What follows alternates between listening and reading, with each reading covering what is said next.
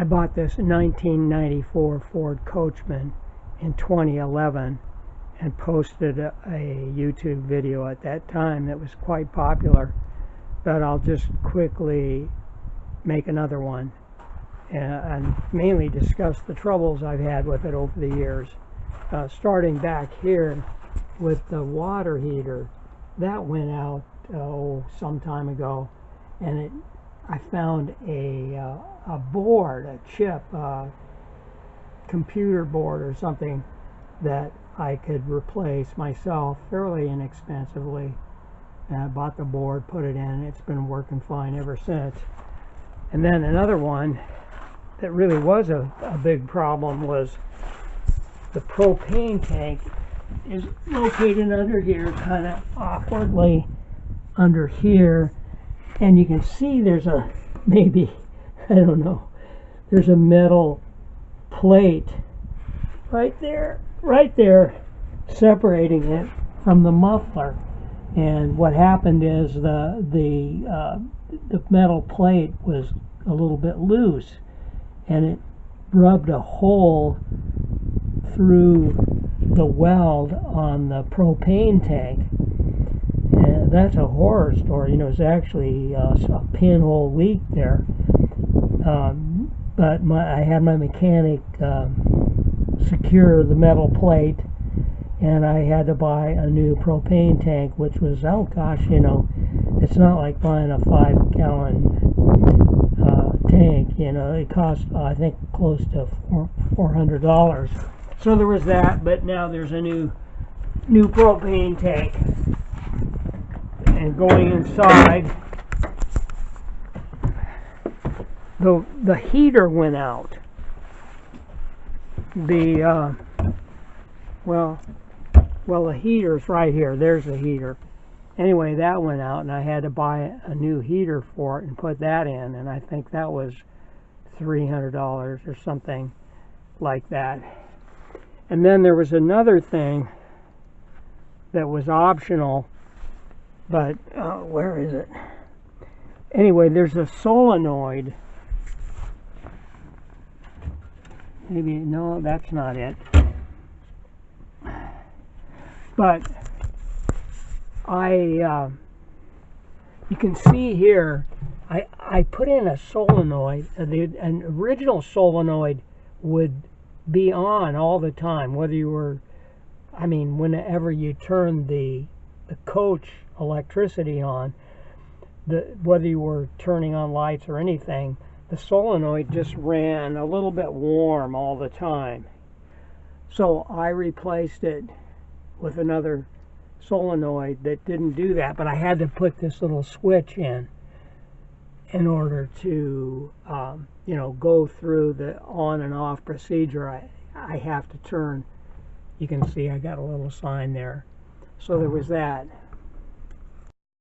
The Dometic refrigerator works fine, but the pilot light was not functioning very well, and that was simply a matter of cleaning around the pilot light, or using a vacuum, and now that works fine. Pilot light works fine now, so the heater hasn't been a problem.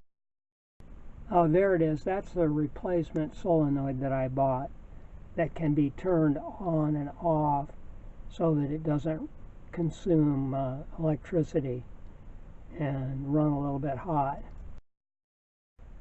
I don't think the floor plan of this particular RV is the greatest. I mean, they tried to put so many things into a small space that it's kind of absurd. But there is this tub shower, which I think I used 1 or 2 times many years ago. I mean, if you're really dirty and you gotta take a shower, it's better than nothing. And you can get cleaned up here, but it takes a lot of space that, in my case, I don't use it. The toilet right here in the back window, well, that's great. But anyway, I did have to replace the toilet, and I couldn't get a toilet that was the same height as the stock original toilet. This one's about 2 inches higher, and I think I had to buy a longer hose in the back. And now you don't have a lot of headroom there when you're sitting on the toilet. This used to be a bunk bed, that you could slide out somewhere to here, but that was missing when I bought it, the part that slid out, and I wouldn't use it anyway. I mean, it's really, you can't sleep on it from sideways, it isn't very long, and but it is a good storage place.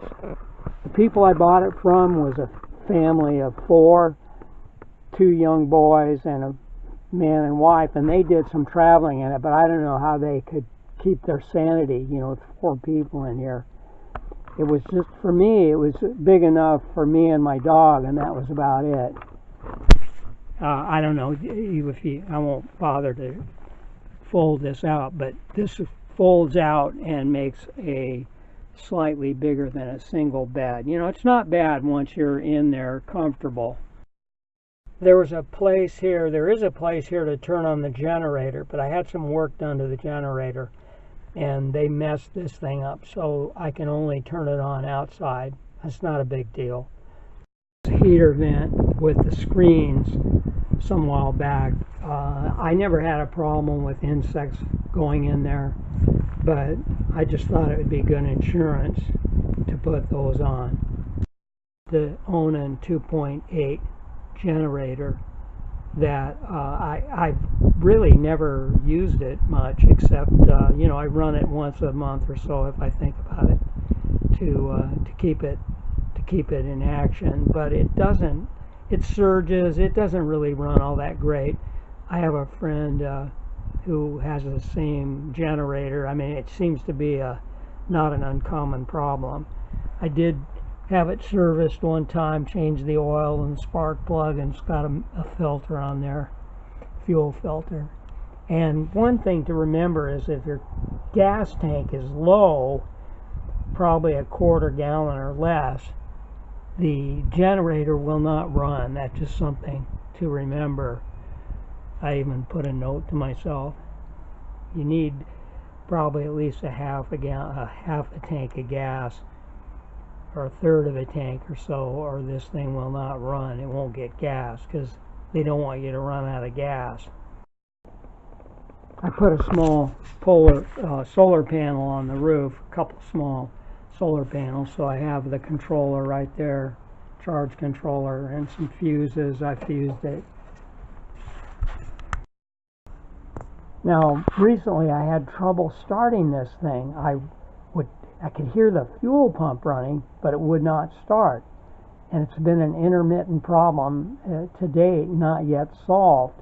I did some research on the internet that other people had this problem, that it would crank and the fuel pump would continue to run. It wouldn't actually stop running. So big problem there. And I think it might be, I think it's called a control module, the engine control module. It's right here, and I don't know that it would be too difficult to replace, but at least I've got a lead on what to do. It's held, this nut here, or bolt, will remove the harness, the wiring harness, but there's a couple more 10mm bolts that have to be undone to take the thing out of there. And there's a number on there. I've just done a little bit of research on it, but it's very specific. I think you have to get just exactly the right one. Oh, it's been a good truck. I've had many good trips in it. It gets about 10 to 12. I think I even got 14 miles a gallon, but I think you better figure, if you drive like I do, I mean, I don't baby it. I run it up to 70, 80 miles an hour, and that really cuts down on the gas mileage, but you'll probably get around, if you drive like me, kind of aggressively, you'll probably only get 10 to 11 miles a gallon. If you back off, you might get 12 or 13. It's a, I think it's 351 cubic inch V8 fuel injected. I just noticed the battery might be getting a bit low. You see that orange light there. Greenish orange means it's getting a little bit low, and I don't drive it very much. I try to start it at least once a month and run it around, but that's hardly enough, really.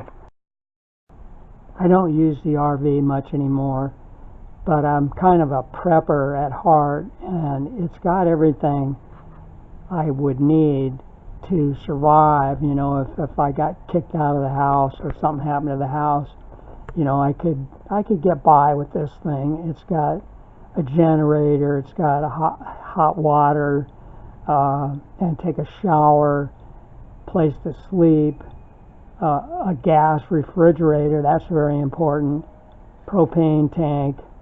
So, you know, it would get me by, and it's kind of, even though, well, it's less than 9'4", so I bought it for that specifically in mind. I couldn't fit a Class C RV under here, so a Class B just barely makes it. You can see there. So it's just kind of a reserve thing, and I may get rid of it one of these days. It's kind of, there's overhead here on it.